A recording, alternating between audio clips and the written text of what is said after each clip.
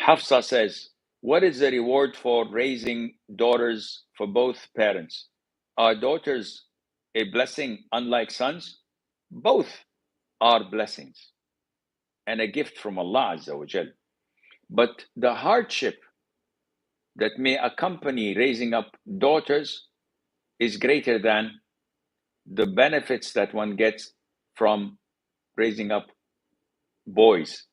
That's why the Prophet ﷺ encouraged and gave an incentive for whomever is blessed with 3 daughters and he raises them and he upbrings them well and he gets them married, that there will be a petition and saving, a shield for him from hellfire, and Allah Azza wa Jal knows best.